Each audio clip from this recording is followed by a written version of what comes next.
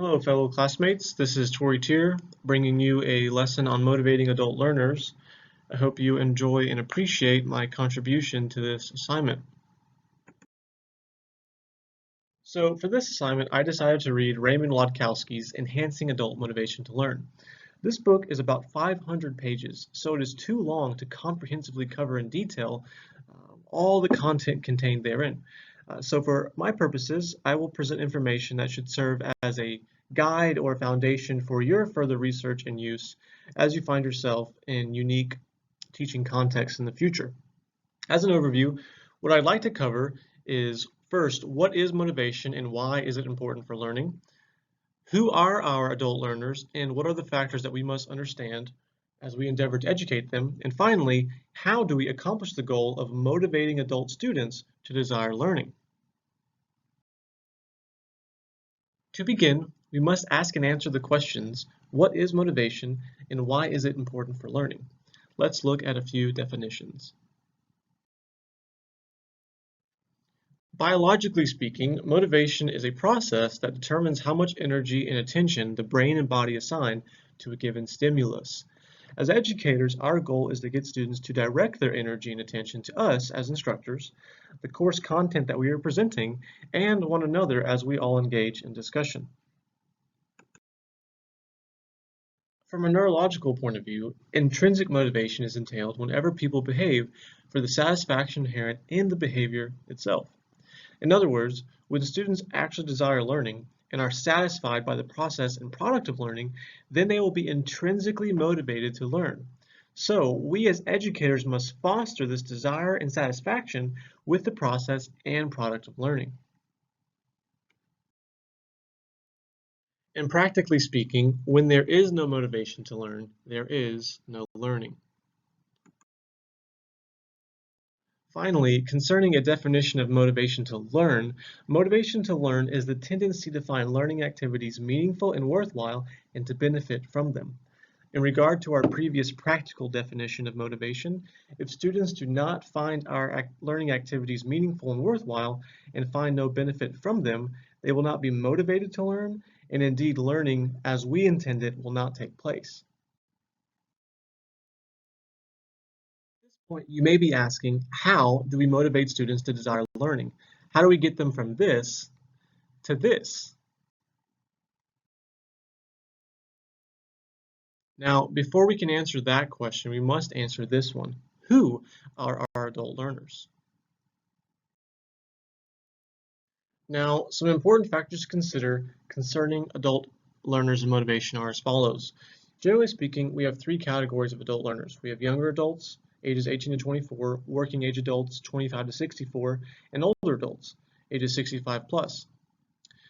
Statistics as of 2008 suggest that about 73% of college students are non-traditional learners.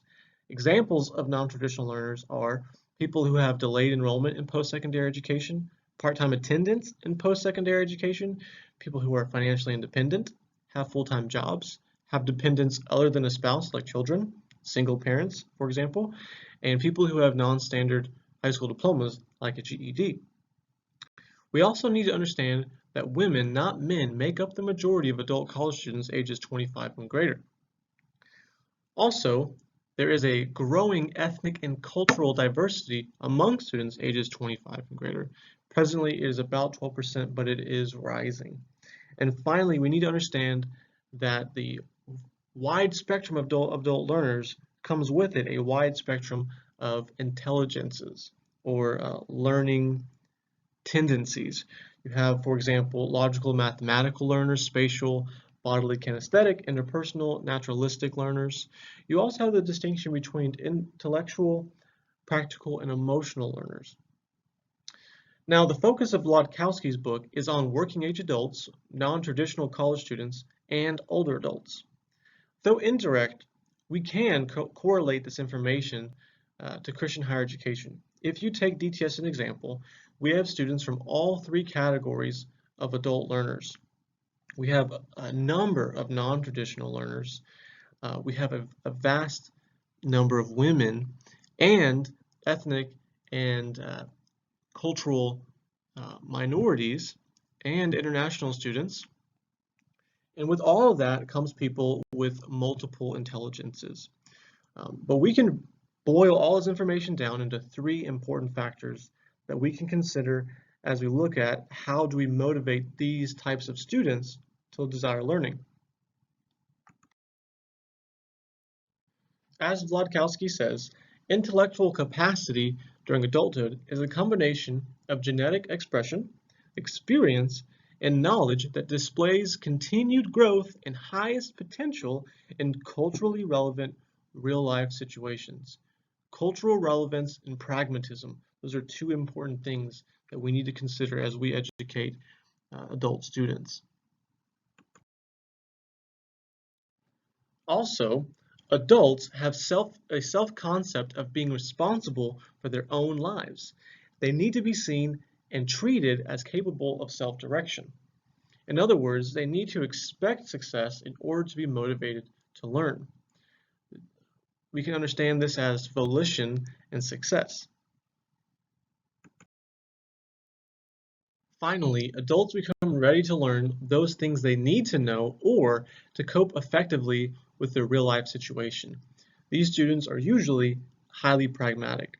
So as we endeavor to educate them, we need to make sure that we are emotionally connecting to their personal practical values. By way of summary, in order to motivate adult students to learn, our instruction must be culturally relevant, connected to personal practical values, and emotionally engaging. To put it in the form of an equation, success plus volition plus value plus enjoyment equals motivation to learn. If we as educators can provide a learning environment that has all four of these factors, the chances are high that our students will be motivated to desire learning. Now, we are finally in a position to ask and answer the question, how do we as educators accomplish this? How do we motivate our students to desire learning? Well, for our purposes, there are two major things that we need to understand and consider. That is, instructor characteristics and skills. What are the characteristics and skills of a great instructor? And second, what Wlodkowski calls a motivational framework for culturally responsive teaching. We will now look at each of these in turn. So, what are the characteristics and skills of a great instructor? The major categories that we're going to discuss are expertise, empathy, enthusiasm, clarity, and cultural responsiveness. Concerning expertise, we're talking about knowledge and preparation. We as educators know something beneficial for adult learners. We know it well, and we are prepared to convey or construct it with adults through the educational process. Concerning empathy, we're talking about understanding and compassion. We have a realistic understanding of the learner's goals, perspectives, and expectations for what is being learned. We have adapted our instruction to the learner's level of experience and skill development, and we continuously consider the learner's perspectives and feelings while we teach. Concerning enthusiasm, we're talking about commitment and expressiveness. We value what we teach for ourselves as well as for our learners, and we display our commitment with appropriate degrees of emotion and enthusiasm. Concerning clarity, we're talking about organization and language. We plan and conduct instruction so that all learners can follow and understand. And we provide a way for learners to comprehend what has been taught if it is not initially clear. And finally, concerning cultural responsiveness, we're talking about respect and social responsibility. We as educators create a safe, inclusive, and respectful learning environment. We engage the motivation of all learners, not just those that we are most comfortable with. And we relate course content and learning to the social concerns of learners and the broader concerns of society.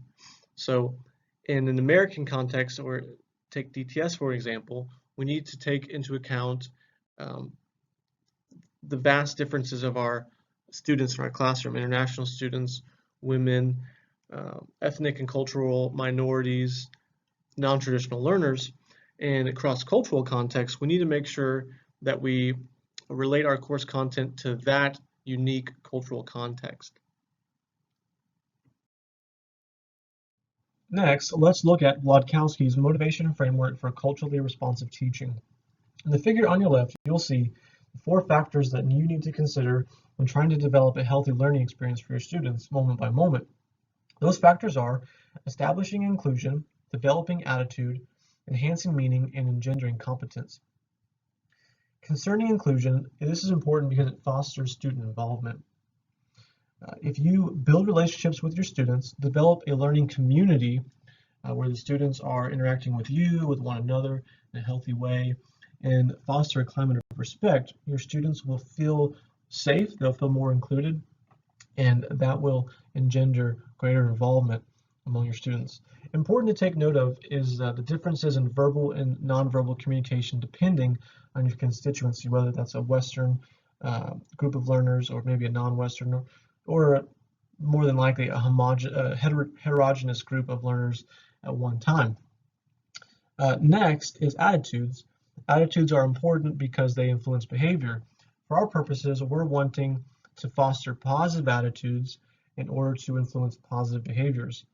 This includes developing positive attitudes towards you, the instructor, towards the subject material, to their own self-efficacy or their own progress in learning, and towards the specific learning goal that you're targeting at that moment. This includes creating relevant learning experiences that they will find meaningful for their personal lives. Next is meaning. Enhancing meaning is important because it sustains involvement. It's one thing to get your students initially involved in subject material, but it's often very difficult to keep them involved over long periods of time. But if you can enhance the meaning that they find in the course materials and learning experiences, that will sustain their involvement over long periods of time. Next, or lastly, is engendering competence. This is important because it builds confidence. The more competent the students feel with the course material, the learning experience, their personal progress in the class, the more confident they will be in their growing mastery of the material and their overall educational process. All 4 of these are very important as you're trying to develop a healthy learning experience for your students.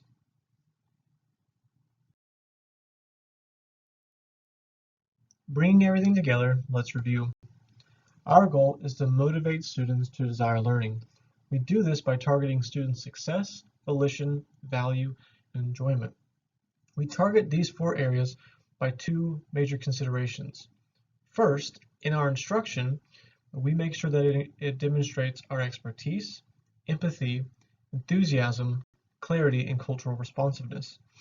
And secondly, in developing rich and healthy learning experiences, we establish inclusion, develop positive attitudes, enhance meaning, and engender competence.